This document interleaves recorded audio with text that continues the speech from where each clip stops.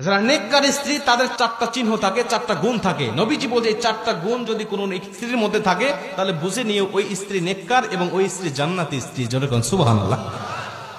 দেখেন তো আপনার স্ত্রীর মধ্যে মেলে কিনা এই চারটা গুণের কোন কয়টা গুণ আপনার স্ত্রীর মধ্যে আছে? মা বোনের আপনারা একটু মিলান নিজের সাথে, যে চারটা চিহ্ন বা চারটা গুণ এর মধ্যে আমার কয়টা আছে আর কয়টা নাই। যেটা নাই সেটা আপনি আমল করার চেষ্টা করেন।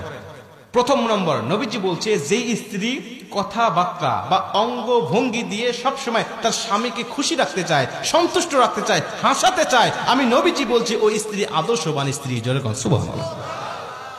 অঙ্গভঙ্গি দিয়ে, হাসি দিয়ে, বিভিন্ন ভাবে কথাবার্তা দিয়ে স্বামীকে হাসি খুশি রাখতে চায়, সন্তুষ্ট রাখতে চায়, নবীজি বলছে ওই স্ত্রী সবচেয়ে আদর্শবান। আপনি মিলান তো আপনার স্ত্রী আপনাকে হাসায় কিনা, আপনাকে সন্তুষ্ট রাখতে চায় কিনা, নাকি সবসময় মুখ গোমরা করে রাখে?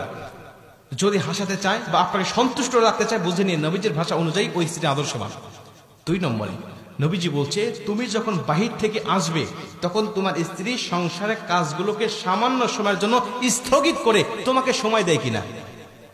আদর্শবান স্ত্রী সাময়িক সময়ের জন্য সংসারের কাজগুলোকে স্থগিত রেখে বা একটু স্টপ রেখে তখন স্বামীকে সঙ্গ দিবে। বাইরে থেকে আসছে জুতাটা খুলে দিবে, জামাটা খুলে আলনার উপর রেখে দিবে, এরপরে কি লাগবে গামছা মুখ ধুয়ে আসছে ওয়াশরুম থেকে টাওয়ালটা আগায়া দিবে, তার কি দরকার এদিকে সে মনোনিবেশ করবে। নবীজি বলছে যখন আদর্শবান স্ত্রী এটা করবে আল্লাহ পাক তখন ওই স্বামীর মধ্যে স্ত্রীর জন্য মোহাব্বত ঢেলে দিবে। জোরে কোন সুবহানাল্লাহ।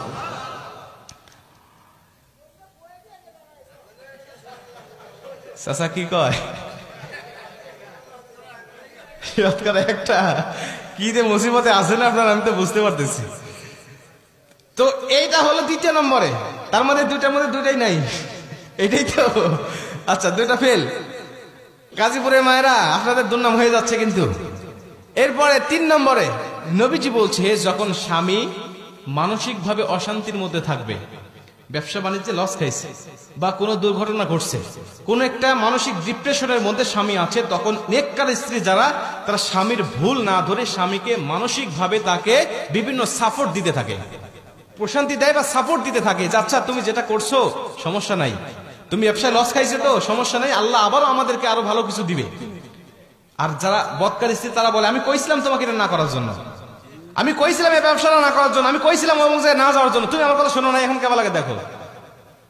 এটা হলো বদকার স্ত্রীর কথা। নেককার স্ত্রীর কথা আচ্ছা তুমি যেটা করেছো এটা তো আল্লাহর তরফ থেকে হয়েছে, আল্লাহ তো বলেছেন ওয়ালা সাউফা ইউতিকা রাব্বুকা ফাতারদা, অচিরেই তোমার রব এমন কিছু দিবে যা দেখে তুমি সন্তুষ্ট হয়ে যাবে, অতএব মন খারাপ করো না, আল্লাহ এর থেকে আমাদের জন্য ভালো কিছু রেখে দিয়েছে। যেরকম সুবহানাল্লাহ।